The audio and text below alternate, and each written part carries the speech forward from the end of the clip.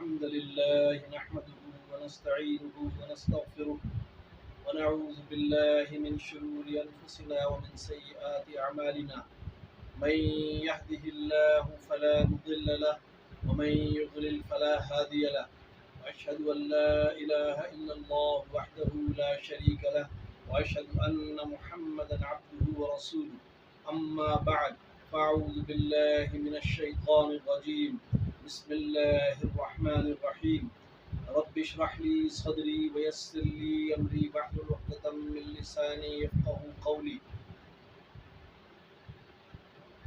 أعوذ بالله من الشيطان الرجيم بسم الله الرحمن الرحيم مومنٹ رسول اللہ صلی اللہ علیہ وآلہ وسلم کے سلسلے میں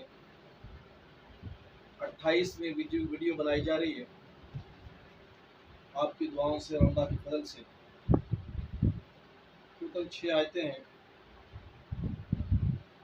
سورہ بقرہ کی آیت نمبر 211 سے لے کے 216 تک۔ بسم اللہ الرحمن الرحیم سل بنی اسرائیل کم آتیناہم من آیت بینہ، پوچھو بنی اسرائیل سے ہم نے انہیں کتنی کھلی نشانیاں دی۔ ومن يبدل نعمت اللہ من بعد ما جاءته فإن اللہ شدید العقاب، اور جو اللہ کی نعمت بدل ڈالے اس کے بعد کہ وہ اس کے پاس آ گئی تو بے شک فإن اللہ شدید العقاب، تو بے شک اللہ سخت عذاب دینے والا ہے۔ بنی اسرائیل کو اللہ تعالیٰ نے بہت سی فضیلتیں دی، اور بڑی فضیلتیں جن کا قرآن میں ذکر ہے، تقریباً 8-9 فضیلتیں ہیں جن کا اللہ نے ذکر کیا ہے۔ من والسلوى ہے اور بہت سی نعمتیں ہیں جن تفصیل سے اللہ نے بیان کیا ہے پچھلی آیتوں میں۔ لیکن انہوں نے اللہ کی نافرمانی پہ نافرمانی کی اور اللہ کا شکر ادا نہیں کیا جو اللہ کا حق تھا، اور انہوں نے ناشکری کی، اور جو نعمت یعنی سب سے بڑی نعمت ایمان کی نعمت، اسلام کی دولت سے نوازا اللہ نے، اور انہوں نے اس کے بدلے کفر اور نافرمانی سے بدل دیا اس نعمت۔ اس کا اللہ نے ذکر کیا ہے۔ آگے فرمایا زُيِّنَ لِلَّذِينَ كَفَرُوا الْحَيَاةُ الدُّنْيَا وَيَسْخَرُونَ مِنَ الَّذِينَ آمَنُوا وَالَّذِينَ اتَّقَوْا فَوْقَهُمْ يَوْمَ الْقِيَامَةِ وَاللَّهُ يَرْزُقُ مَن يَشَاءُ بِغَيْرِ حِسَابٍ۔ آراستہ کی گئی ہے کافروں کے لیے دنیا کی زندگی، اور وہ ہنستے ہیں ان پر جو ایمان لائے۔ اس سلسلے میں اللہ کے رسول صلی اللہ علیہ وسلم نے ایک حدیث بیان کی ہے۔ آپ نے فرمایا الدنیا سجن المومن و جنت الکافر، دنیا مومن کا قید خانہ اور کافروں کی جنت ہے۔ آگے فرمایا کہ والذین اتقوا فوقهم یوم القیامہ، اور جو پرہیزگار ہوئے وہ قیامت کے دن سے بالا تر ہوں گے۔ دنیا کی زندگی تو ہے، گزر جائے گی، دنیا کی زندگی تو ایسے ہی گزر جاتی ہے، کیونکہ اہل ایمان جو ہوتے ہیں وہ حلال پر جم جاتے ہیں اور حرام سے دور رہتے ہیں، 2 نمبری کوئی نہیں کرتے، چیٹنگ نہیں کرتے، فراڈ نہیں کرتے، اور حلال سے کماتے ہیں، حلال جگہ خرچ کرتے ہیں۔ اس لیے وہ بظاہر دنیا کے اندر بظاہر عام سے نظر آتے ہیں، غریب رہتے ہیں۔ وہ 2 نمبری کریں تو چیٹنگ کریں تو بڑے بڑے محل بنائیں اور دنیاوی کامیابی حاصل کریں۔ بظاہر دنیاوی زندگی جو ہے وہ بڑی کامیابی نظر آتی ہے کہ بھئی بڑی کوٹھیاں ہیں، بنگلے ہیں، گاڑیاں ہیں، بہت اچھی زندگی گزر رہی ہے۔ لیکن جو ہی موت کا فرشتہ آتا ہے اور آنکھ بند ہوتی ہے تو انہیں پتہ چل جاتا ہے کہ ہم غلطی پر تھے، ہم کیا کر رہے تھے اور کیا ہمیں حاصل ہوا، کچھ بھی حاصل نہیں ہوا۔ فرشتے 2 قسم کے فرشتے بیان کیے ہیں قرآن میں اللہ تعالیٰ نے۔ ایک تو فرشتے وہ ہوتے ہیں جو پھول گلدستے لے کر آتے ہیں مومن کے پاس، ایمان والوں کے پاس، اور ان سے کہتے ہیں کہ یا ایتھا النفس المطمئنہ، اے نفس مطمئنہ چل، ارجعی الی ربک راضیۃ مرضیہ، اللہ تجھ سے راضی ہو گیا اور تو اللہ سے راضی ہوا تو اللہ تجھ سے راضی ہو گیا۔ وادخلی فی عبادی، اللہ کے نیک بندوں میں تیرا نام داخل کیا گیا ہے۔ وادخلی جنتی، اور اب تو جنت میں داخل ہو جائے۔ تو یہ جو ہے اس قسم کے فرشتے ہیں۔ اور دوسرے قسم کے فرشتے بیان کیے گئے ہیں کہ وہ آتے ہیں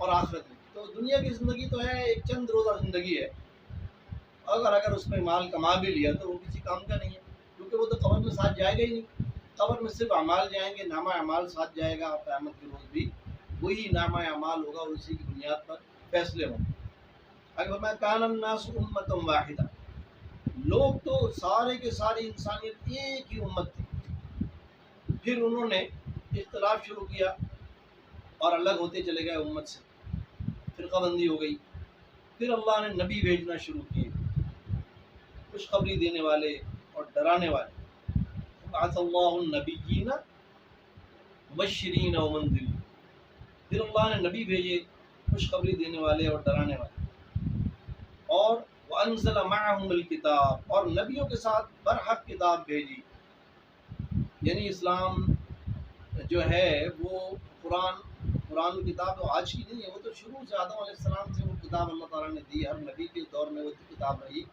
اور رحمت للعالمین صلی اللہ علیہ وسلم، امام الانبیاء محمد رسول اللہ صلی اللہ علیہ وسلم آخری نبی پر وہ کتاب مکمل ہو گئی اور اس کا نام قرآن عظیم پڑ گیا.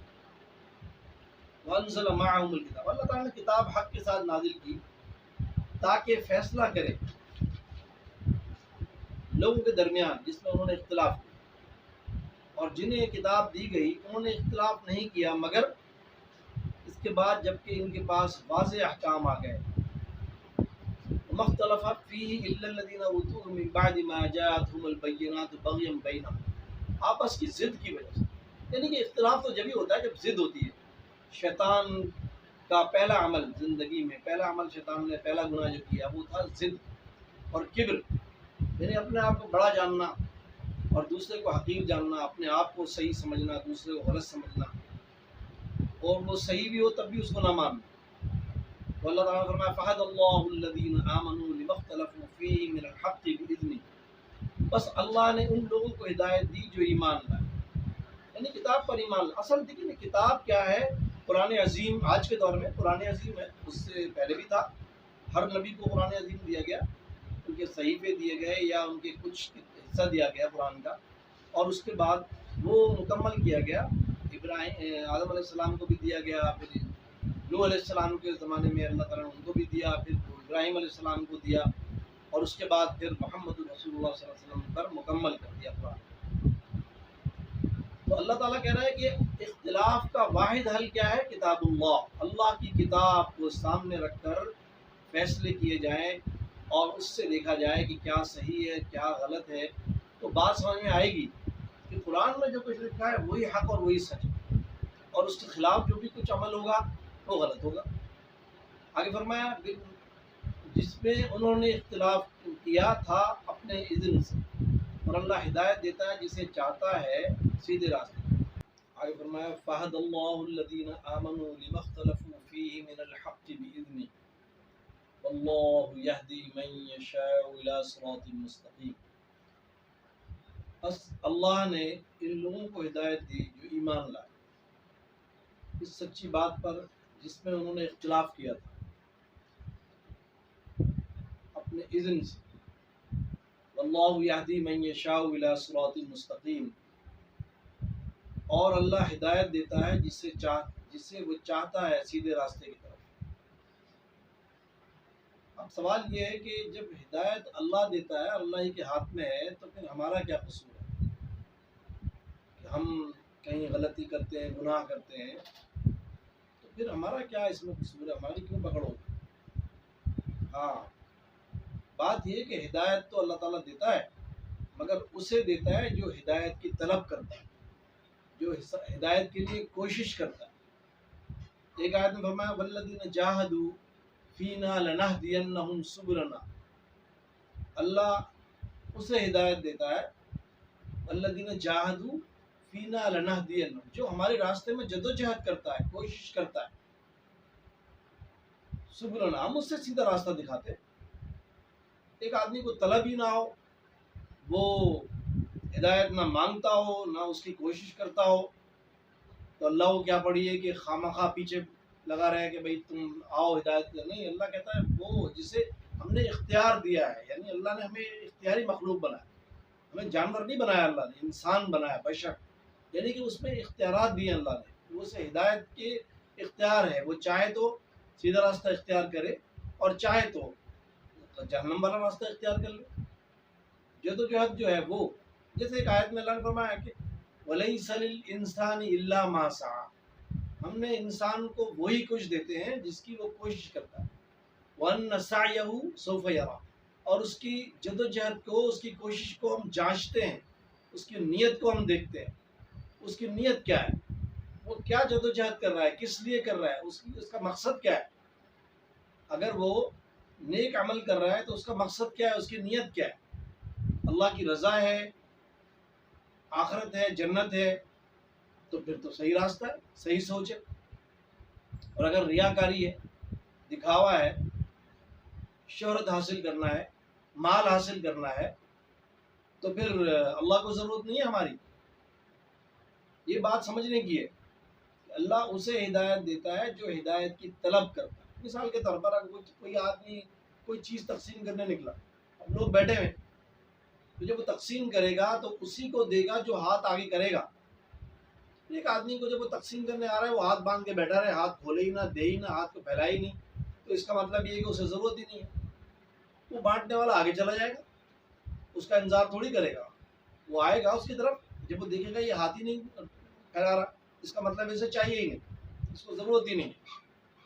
تو اسی طریقے سے اللہ تعالیٰ بھی یہ دیکھے گا کہ ہم اللہ سے کتنے مخلص ہیں، اللہ عباد اللہ المخلصین، ہم کتنے مخلص ہیں اللہ سے۔ شیطان بھی یہ کہہ رہا ہے کہ اللہ میں کسی کو نہیں چھوڑوں گا، اپنے ساتھ سب کو جہنم میں لے کے جاؤں گا سوائے ان لوگوں کے جو تیرے سے مخلص ہیں، میں ان پر میرا وار نہیں چلے گا، جو تیرے خاص بندے ہیں ان پر نہیں۔ اس کا مطلب یہ ہوا کہ جدوجہد کرنا، طلب کرنا، کوشش کرنا، یہ تینوں چیزوں کا جو ہے تعلق ہے اس چیز سے کہ اللہ اسے جسے چاہتا ہے ہدایت دیتا ہے۔ آگے فرمایا ام حسبتم ان تدخلوا الجنۃ ولما یأتکم مثل الذین خلوا من قبلکم، کیا تم یہ خیال کرتے ہو، گمان کرتے ہو کہ جنت میں یوں ہی داخل ہو جاؤ گے؟ ولما یأتکم مثل الذین خلوا من قبلکم، جبکہ ابھی تم پر ایسی حالت نہیں آئی جیسے تم سے پہلے لوگوں پر گزری، انہیں پہنچی سختی اور تکلیف، اور اتنی سخت کہ وہ ہلا دیے گئے۔ ایک روایت میں ملتا ہے کہ پہلی امتوں میں اتنے ایمان لانے پر اتنے سختی کی جاتی تھی، ان کے مخالفین ان پر سختی کرتے تھے اتنی کہ انہیں ان کی پیٹھوں پر کنگیاں، لوہے کی کنگیاں پھیر دیتے تھے، ان کے گوشت اکھڑ جاتے تھے، اور ان کو جیسے بلال حبشی رضی اللہ تعالیٰ عنہ کو تو آگ پر تپتی ہوئی ریت پر اور آگ کے شعلوں پر ان کو لٹایا گیا، اور وہ ان کے منہ سے ان کی چربی پگھلتی تھی اور اس پہ گرتی تھی آگ، اور ان کے منہ سے یہی نکلتا تھا احد احد احد، یعنی وہ اللہ کے خالص بندے تھے، تو اتنی سختی کے باوجود وہ پھرتے نہیں تھے ایمان سے۔ تو یہ ضروری ہے نہیں کہ آزمائشیں بھی آئیں گی، تکلیفیں بھی آئیں گی، ہر چیز آئے گی، مگر اچھے خالص مخلص بندے اللہ کے کسی حالت میں ان کی لغزش نہیں آتی اور ان میں ذرا سا بھی جو ہے جھکاؤ نہیں آتا۔ اللہ کے رسول نے فرمایا کہ مومن کی مثال کھجور کے درخت کی طرح ہے، وہ بالکل سیدھا ہوتا ہے، وہ جھکتا نہیں ہے۔ تو ہر حال میں اللہ کا بندہ جو بنا رہے، اللہ کے سے چپٹا رہے، استقامت اختیار کیے رہے، تو اللہ اسی کو ہدایت دیتا ہے۔ آگے فرمایا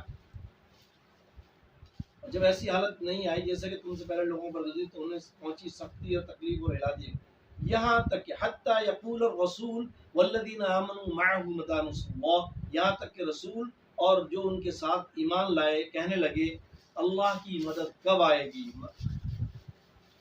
معه متی نصر اللہ، کب آئے گی اللہ کی مدد؟ تو اللہ نے فرمایا الا ان نصر اللہ قریب، آگاہ رہو بے شک اللہ کی مدد قریب ہے۔ یسألونک ماذا ینفقون، وہ آپ سے پوچھتے ہیں کہ کیا کچھ خرچ کریں۔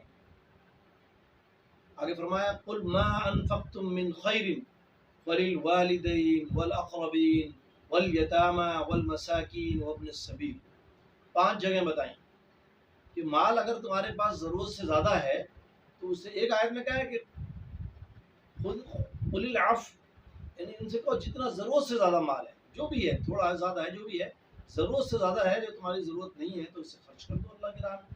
اب بہت سی جگہوں میں 6 جگہ بتائی ہیں، یہاں پر 5 جگہوں کا خاص ذکر کیا ہے۔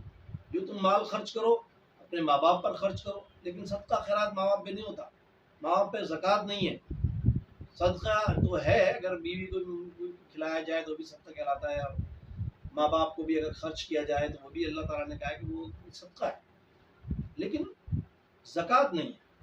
زکوٰۃ اپنے بہن بھائیوں کو دی جا سکتی ہے، رشتہ داروں کو دی جا سکتی ہے، سوائے ماں باپ کے۔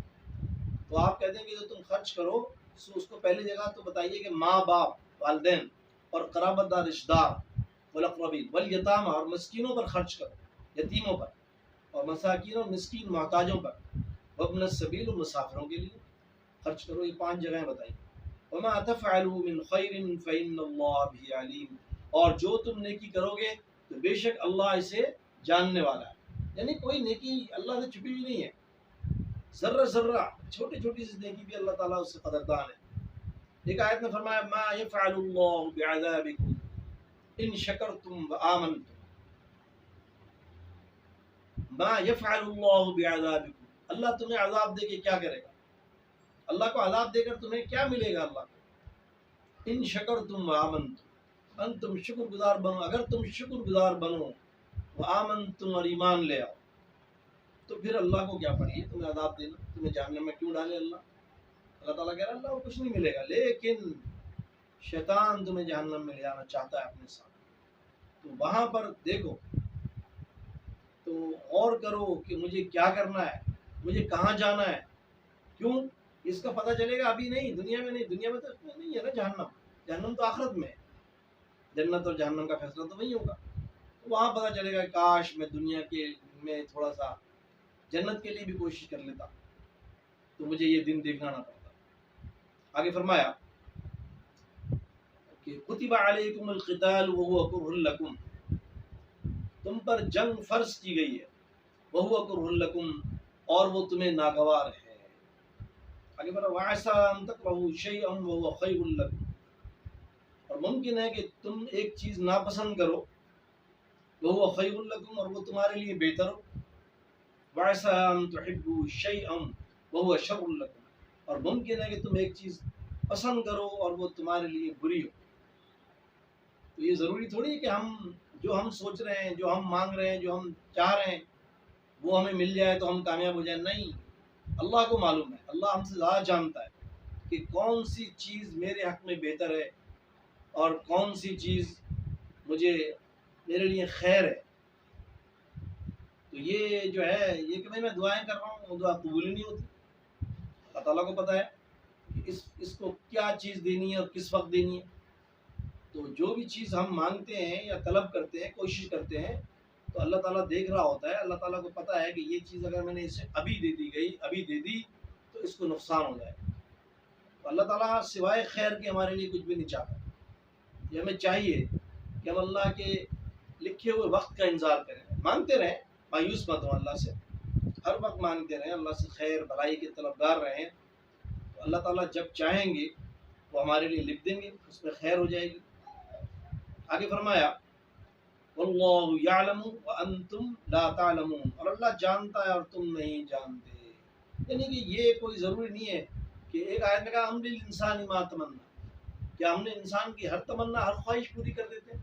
نہیں، بہت سی چیزیں وہ طلب کرتا ہے، اس کے لیے کوشش کرتا ہے، لیکن ہم اسے نہیں دیتے اس وقت، بعد میں پھر کبھی جب ضرورت ہم دیکھتے ہیں کہ اب اس میں خیر ہے تو ہم اسے عطا فرما دیتے ہیں۔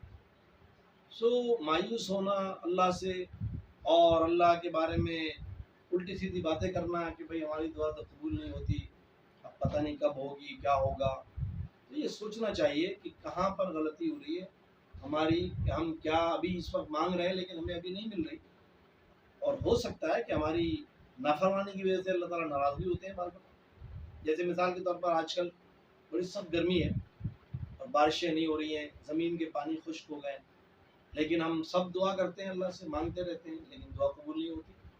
اور بہت سے ایسے علاقے ہیں جہاں کچھ بھی نہیں ہے لیکن پھر بھی بارشیں ہو رہی ہیں۔